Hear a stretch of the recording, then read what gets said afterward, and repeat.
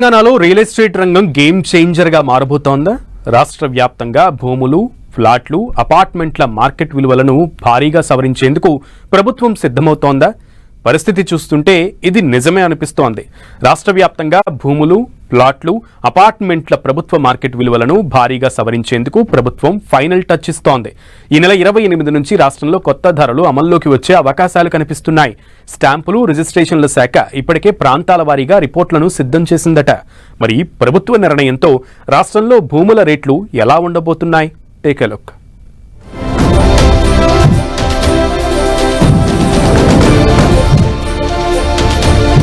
భూముల మార్కెట్ కు రీలోడ్.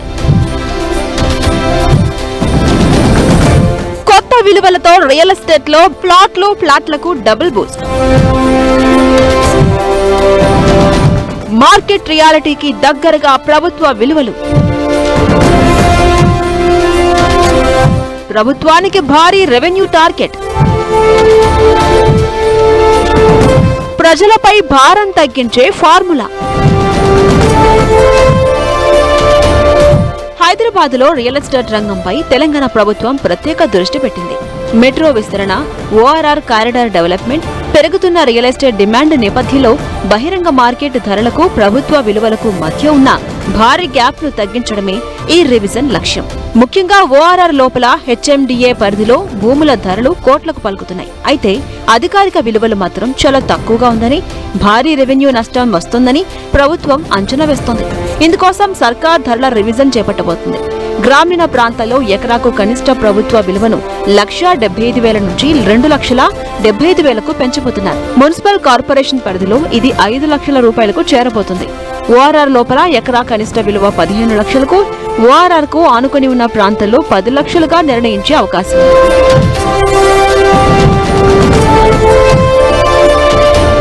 ఇక చదరపు గజం ధరల విషయంలో భారీ మార్పులు కనిపించనున్నాయి. ఓఆర్ఆర్ లోపల గజం కనిష్ట ధర 3,500 నుంచి 4,000 రూపాయల మధ్య ఉండగా, ఓఆర్ఆర్ పరిసరాల్లో 3,000 నుంచి 3,500 వరకు ఫిక్స్ చేయబోతున్నారు. మున్సిపల్ కార్పొరేషన్లలో గజం విలువ 2,500 నుంచి 3,000 రూపాయల మధ్య ఉండగా, గ్రామీణ ప్రాంతాల్లో 2,000 రూపాయల వరకు పెరగనుంది. ఓపెన్ ప్లాట్ల మార్కెట్లో అయితే హై వోల్టేజ్ పెంపు కనిపించనుంది. ముఖ్యంగా ఓఆర్ఆర్ లోపల రియల్ ఎస్టేట్ భూమి ఉన్న జోన్లలో సగానికి పైగా ప్రాంతాల్లో ప్లాట్ల విలువలను రెట్టింపు చేయనున్నట్టు సమాచారం. అపార్ట్మెంట్ల విషయంలోనూ భారీ రివిజన్ కు ప్రభుత్వం సిద్ధమైంది. చదరపు అడుగు 3,500 నుంచి 4,000 రూపాయలుగా ఉన్న ప్రభుత్వ విలువలను 6,000 వరకు పెంచే ప్రతిపాదనలో ఉన్నట్టు తెలుస్తోంది. అంటే ప్లాట్ల మార్కెట్ విలువల్లో 75% వరకు జంపు కనిపించే అవకాశం ఉంది.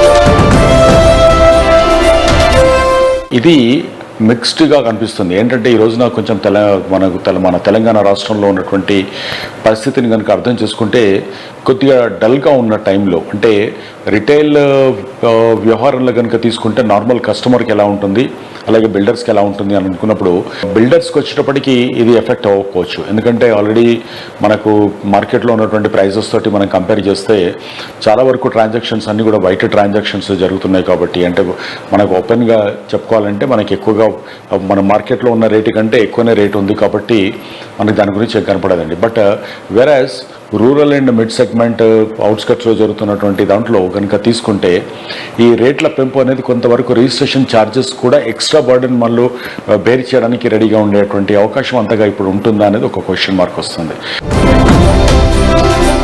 హైదరాబాద్ చుట్టుపక్కల ప్రాంతాల్లో బహిరంగ మార్కెట్ ధరలు ఇప్పటికీ ఆకాశాన్ని అంటుతున్నాయి.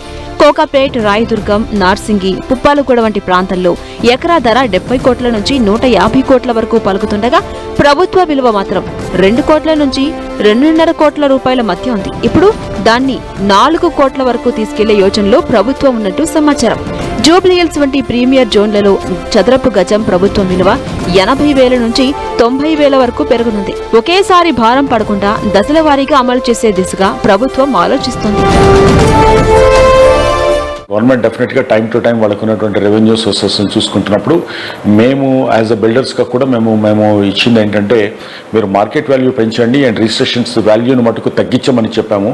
బట్ మార్కెట్ వాల్యూ ఒక్కటి పెంచండి, ఇది తగ్గకపోతే మటుకు ఎక్కువగా ట్రాన్సాక్షన్స్ చేయాలనుకునే వాళ్ళు, ఇన్వెస్ట్మెంట్ ద్వారా చూడాలనుకునే వాళ్ళకి మటుకు డెఫినెట్గా ఇది ఇంపాక్ట్ అనేది కనపడుతుంది. అంటే తీసుకొని మళ్ళీ రీసేల్ చేయాలనుకున్నప్పుడు మార్కెట్ ఎక్కువగా గ్రోత్లో లేనప్పుడు మటుకు దీని ఇంపాక్ట్ డెఫినెట్గా మనకు కనపడి తీరుతుంది. సో ఇది కొంచెం డైజెస్ట్ అవ్వడానికి, అంటే ఏ బిజినెస్ ఏది ఎక్కడ ఆగదు, బట్ డైజెస్ట్ అయ్యేదానికి మట్టు కొంతకాలం దీని ఇంపాక్ట్ అనేది మనకు కనపడే ఛాన్సెస్ కనపడుతుంది. ఎస్పెషల్లీ మనకు తాలూకా హెడ్ క్వార్టర్స్లో కానీ డిస్ట్రిక్ట్ హెడ్ క్వార్టర్స్లో కానీ దీని ఇంపాక్ట్ మనకు కొంత కనపడుతుంది. హైదరాబాద్ మహానగర పరిధిలోని 350 ప్రాంతాలకు స్థానిక మార్కెట్ ట్రెండ్కు అనుగుణంగా ప్రత్యేక విలువల్లో నిర్ణయించే ప్లాన్ సిద్ధమైంది. ప్రస్తుతం స్టాంపులు రిజిస్ట్రేషన్ శాఖకు ఏటా దాదాపు 15,000 కోట్ల ఆదాయం వస్తుంది. కొత్త మార్కెట్ విలువలు అమల్లోకి వస్తే అదనంగా 1,200 కోట్ల నుంచి 1,500 కోట్ల వరకు రెవెన్యూ పెరుగుతుందని ప్రభుత్వం అంచనా వేస్తోంది. ముఖ్యంగా హైరైజ్ ప్రాజెక్టులు, విల్లాలు, కమర్షియల్ స్పేస్లు, మెట్రో కారిడార్ డెవలప్మెంట్ల ప్రాంతాల నుంచే అధిక ఆదాయం వచ్చే అవకాశం ఉంది. ఒకేసారి భారం పడకుండా దశల వారీగా అమలు చేసే దిశగా ప్రభుత్వం ఆలోచిస్తుంది. కొత్త విలువలు అమల్లోకొస్తే భూముల కొనుగోలు, అమ్మకాలు, ప్లాట్ రిజిస్ట్రేషన్లు, స్టాంపు డ్యూటీలు అన్నీ కొత్త లెక్కల్లోకి వెళ్లబోతున్నాయి. దీంతో తెలంగాణ రియల్ ఎస్టేట్ మార్కెట్ మరోసారి రీకాలిబ్రేట్ కానుందని మార్కెట్ వర్గాలు విశ్లేషిస్తున్నాయి.